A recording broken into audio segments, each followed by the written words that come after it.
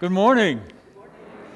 I'm David Howard. I'm the spiritual leader here, and I'm glad to welcome you here this morning. I guess I'm just still a Southern boy because it amazes me that people come to church in the snow. Actually, it amazes me that people go anywhere in the snow. Still not quite used to that, but I'm glad that you ventured out and that you're here today. I missed you last week. I was in Boulder attending a Mark Nepo retreat, workshop, and was very blessed by that, so I'm really pleased to be back. Thank you, Bev, for the wonderful message last week.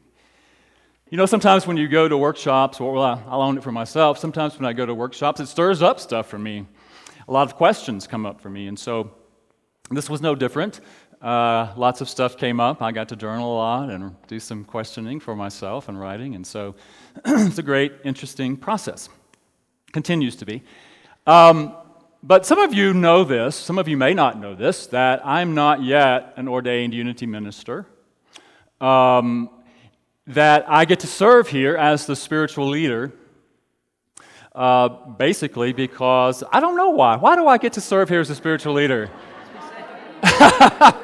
Because you said I could, right? Because you said I could. Yeah, thank you. You said I could, thank you. And so I am called a spiritual leader, not yet called a minister, because Unity says that's my title. Which I like the title, actually. But there are paths that I can take to become ordained. A couple of them that I'm looking at, actually exploring to become an ordained minister. And one of the things about each of those paths, both of those paths, require extensive application process, interviews and different things. And one of the things I have to do is write essays about why I want to be a minister, what I have a vision for ministry, and I have to write a credo paper. I had to write a credo paper. Basically, credo paper is about, what do I believe? What do I believe about God and humanity and all these things? And so I thought, well, I can do that. You know, I can write a paper that talks about truth. I've got a handle on truth, right? At least until I was staring at that blank piece of paper. And I was like, what do I know about truth? And I had to just laugh at myself, you know, thinking that I know what truth is. I just had to it really is funny to think about, really.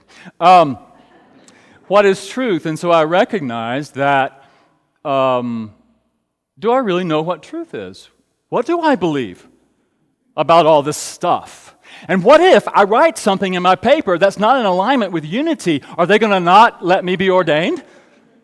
Or if I have an interview with with this panel of people, and they ask me some questions, and I say something that's totally out of alignment with what Unity believes, what's going to happen then? So I was doing all this stuff in my head, and I thought, OMG, I've got to get a handle on this PDQ.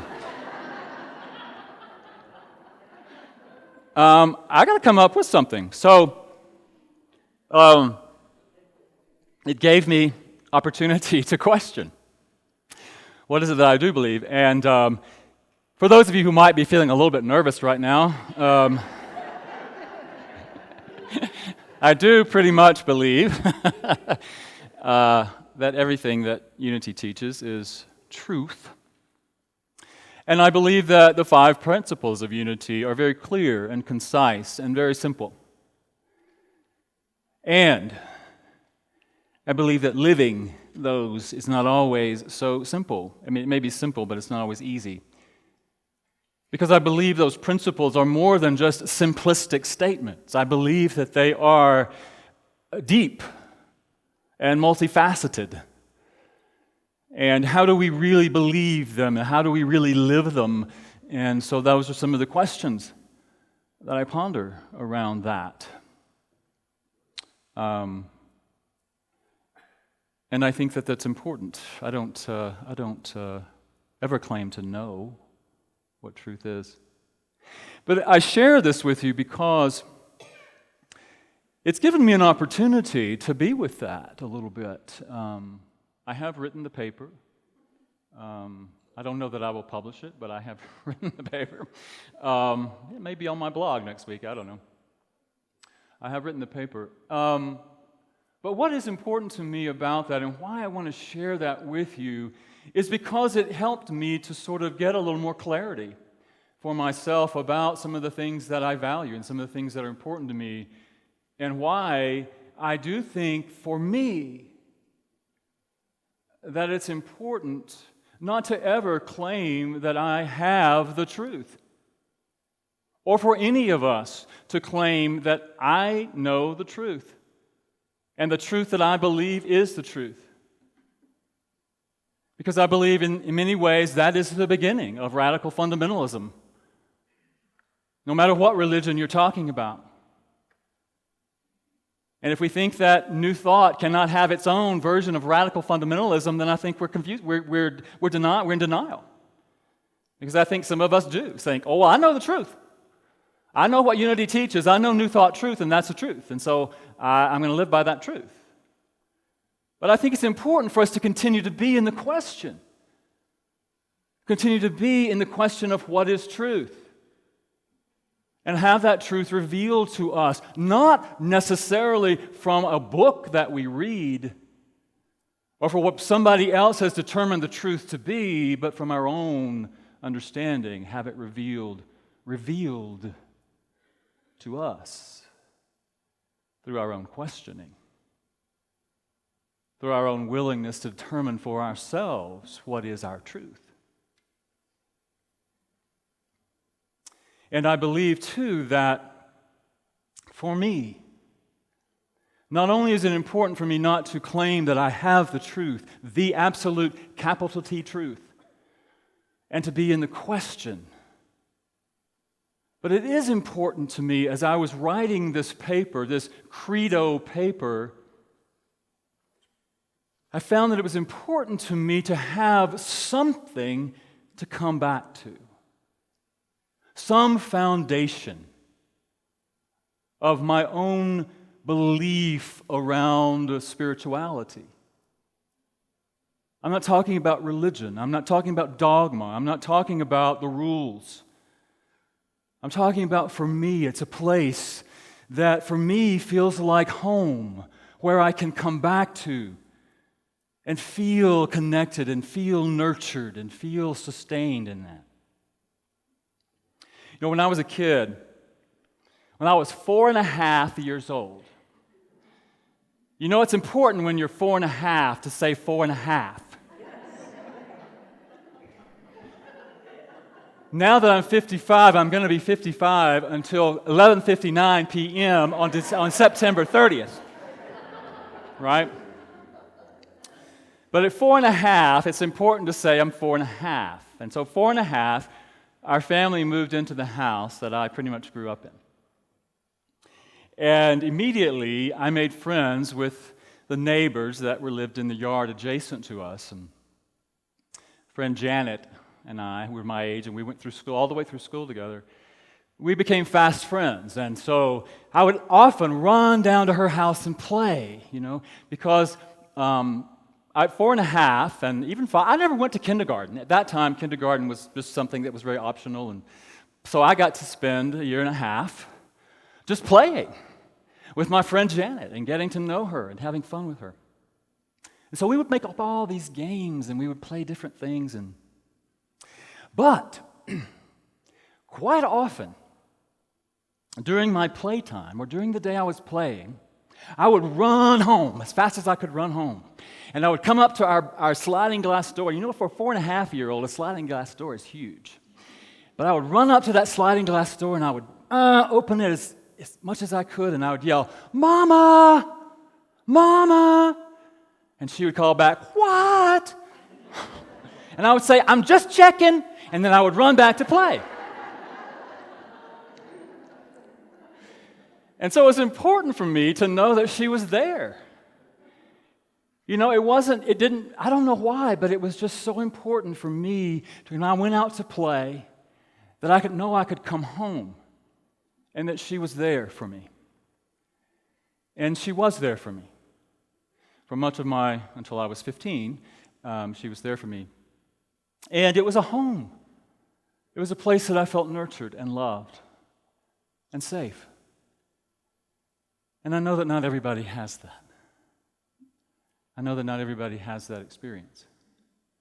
But it was my experience, and I'm grateful for that. And so it's home for me. And so I think having that spiritual place, a spiritual home, and I know very often we talk about our church as our spiritual home, and it is that too, because it is a place we come together to remember and to reflect and to remind ourselves of our truth. I'm talking about our own individual home that exists in our own consciousness, our own minds. That when we go out to play in the world, that is sometimes challenging for us. That is sometimes will beat us down. And sometimes is confusing.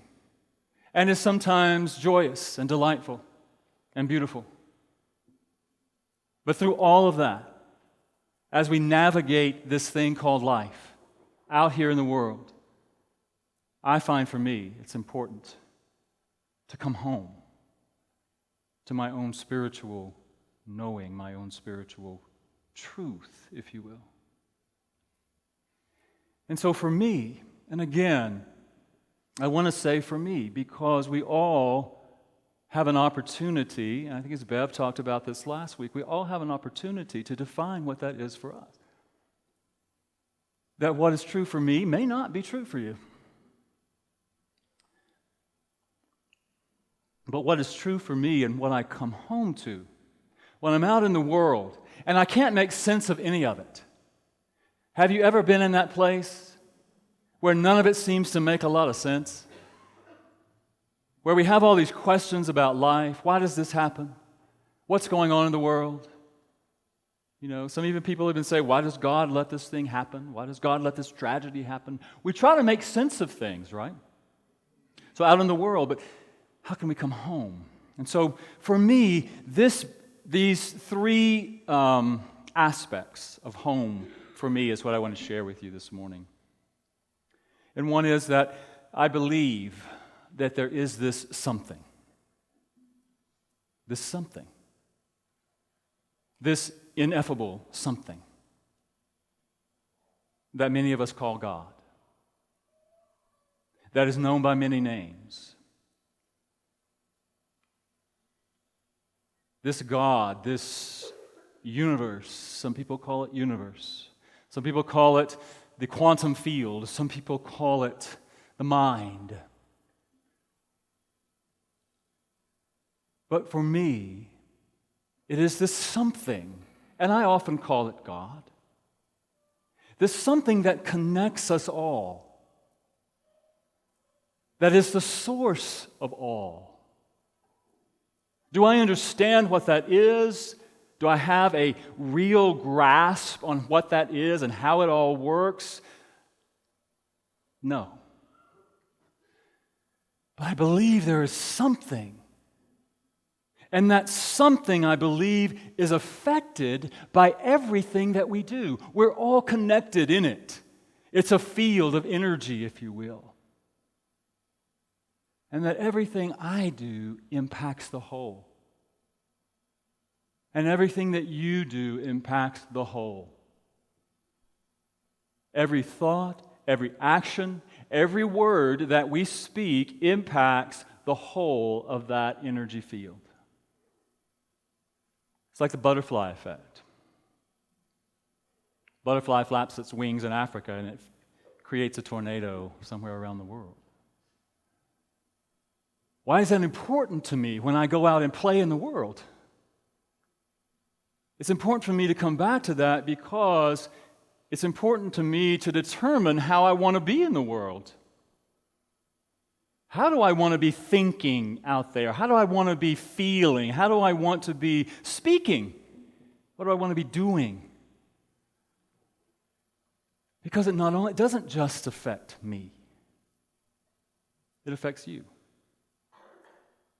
And it affects the people in Syria and all around the world. My consciousness. The other thing is that I believe that this ineffable something, God, is,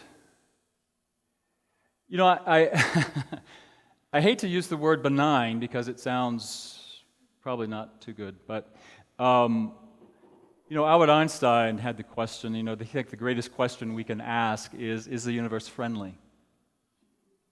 Is the universe friendly?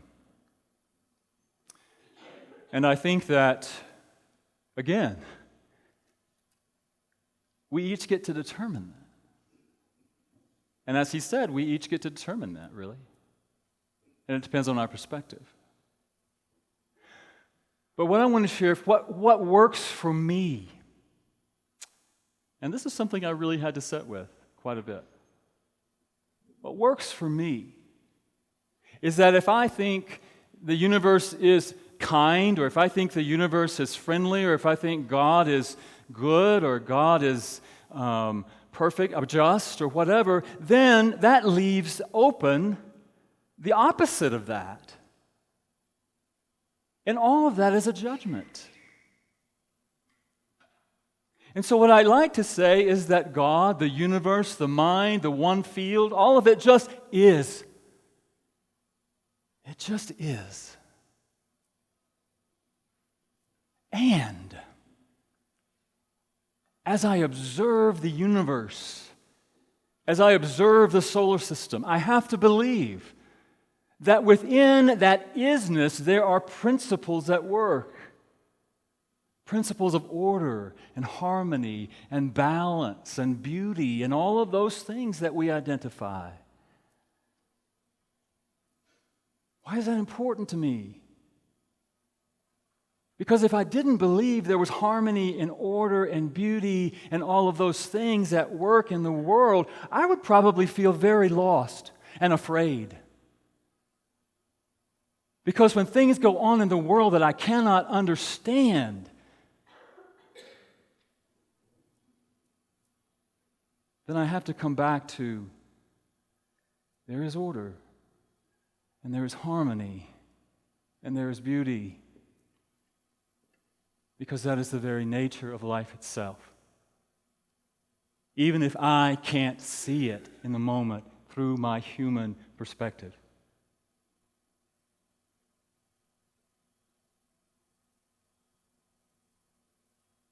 And I think it's important for us to live with that mystery. The mind, the human intellect, the mind wants to understand. Don't we really just want to know? If I knew how everything in the universe worked, I could be in control, right?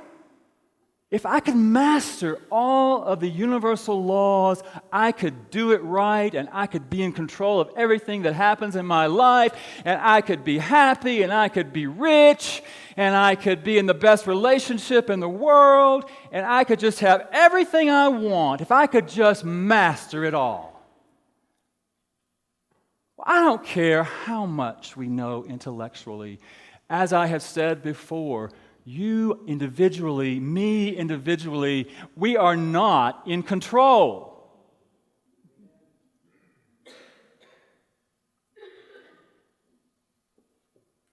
This may not be popular, but I believe that I don't care how well you use the law of attraction, you are not going to be able to control everything that happens in your life.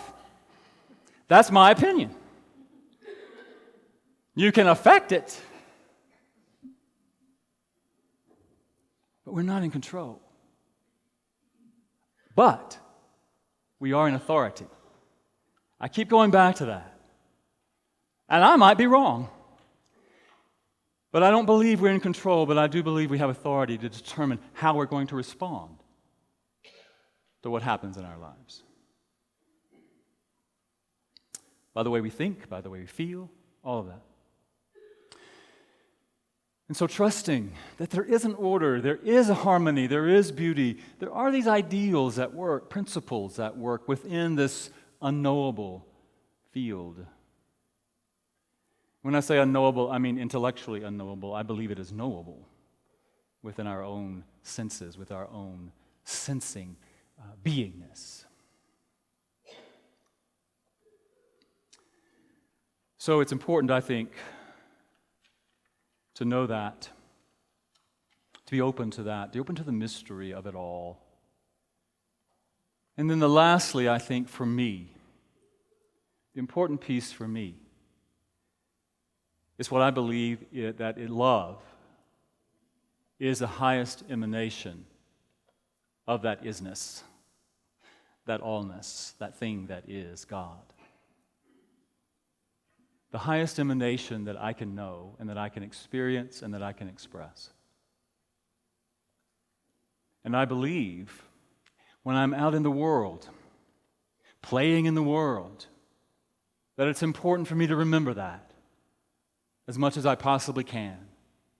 Because I don't know about you, but sometimes it's difficult for me to be loving.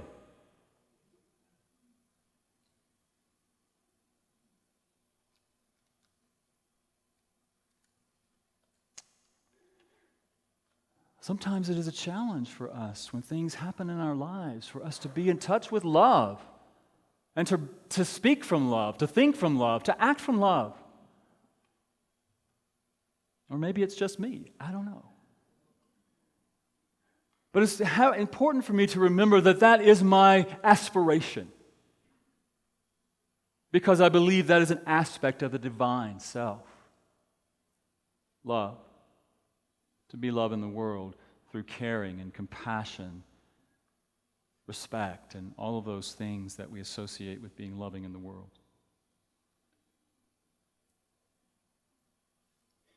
And so those three things, for me, again, it may not be right for you, but for me, those three things constitute my idea of that spiritual home. That I'm connected to all, that all is operating in harmony and order and beauty, even though I might not be able to see it. And that as a human being, my highest ideal is to live from love and to be love in the world. And that really helps me to create and to provide that spiritual home base, that foundation on which I want to live, from which I want to live. And so when I go out in the world and I play as hard as I can, and I run back home and open that door to my heart and I say, "Mama, are you in there? Mama!" And that voice within says, "Yes, I am here. I am always here. I will always be here. This is your place of rest and nurture and renewal. And from this place, you can gather strength. And from this place, you can go out into the world and experience all that the world has to offer. All that the life presents to you in any moment. Because in that, if we're open, the divine is revealed through it all. Even those things we don't understand. Even those things we might judge as bad. Through it all, it is there, supporting us, nurturing us.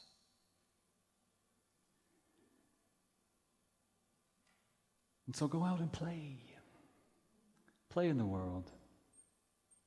But always know that you can come home anytime, any moment, nearer than breathing, closer than hands and feet, is that place that we call home.